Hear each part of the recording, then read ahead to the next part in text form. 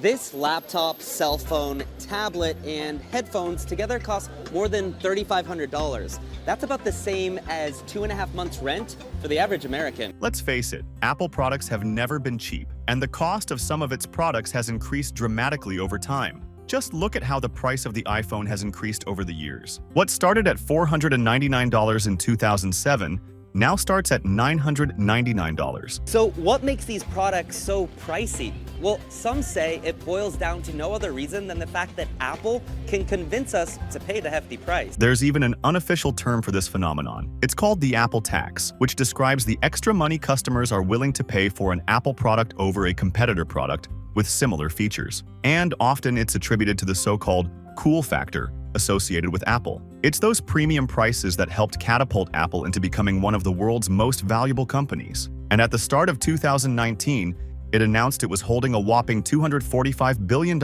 in cash reserves. But Apple would argue customers are paying a premium for a reason. In 2018, Apple's CEO Tim Cook defended the company's most expensive iPhone yet, pointing out it had replaced the need for other devices like a camera, video recorder, and music player. He argues creating the most innovative product available is not cheap to do, and Apple will never sacrifice quality for price. So all that money you're shelling out for your new iPhone is, at least in theory, helping to fund future innovations like it. Innovation is what helped Apple earn its stripes. It's a phone, first and foremost, as you'd expect from the iPhone. So you've got all your contacts on there, but it's different to most mobile phones. It syncs with your computer. The original iPod and the iPhone have both been touted as products that changed the world. When the original iPod came out in 2001, it cost $399, a staggering price for a personal music player at the time. Apple aggressively marketed the iPod as a device that could store 1,000 songs in your pocket. All of this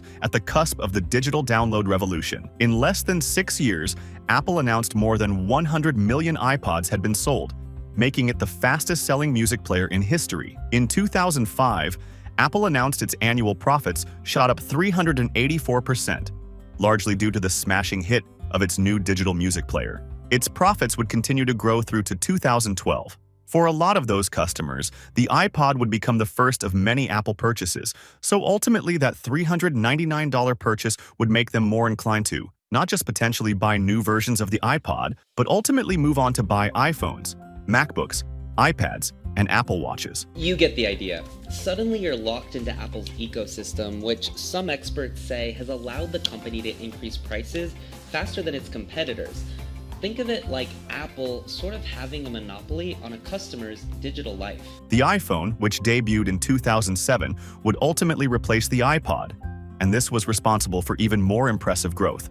Worldwide shipments of the iPhone increased year on year until it reached its peak of 231 million in 2015. That's more iPhones than there are people in most countries. But now there's some concern around Apple's ability to continue innovating, and even some signs that its growth and industry dominance is under pressure.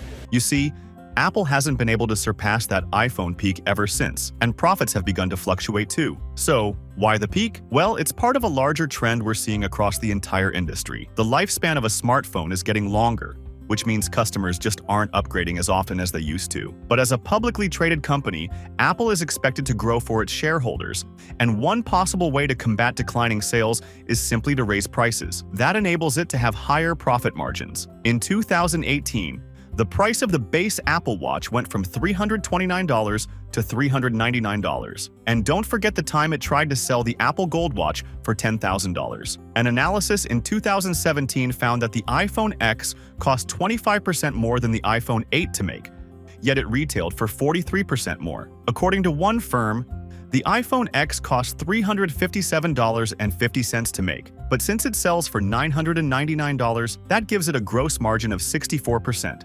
In recent years, to help grow its business, Apple has made it a priority to grow sales in the world's most populous country, China.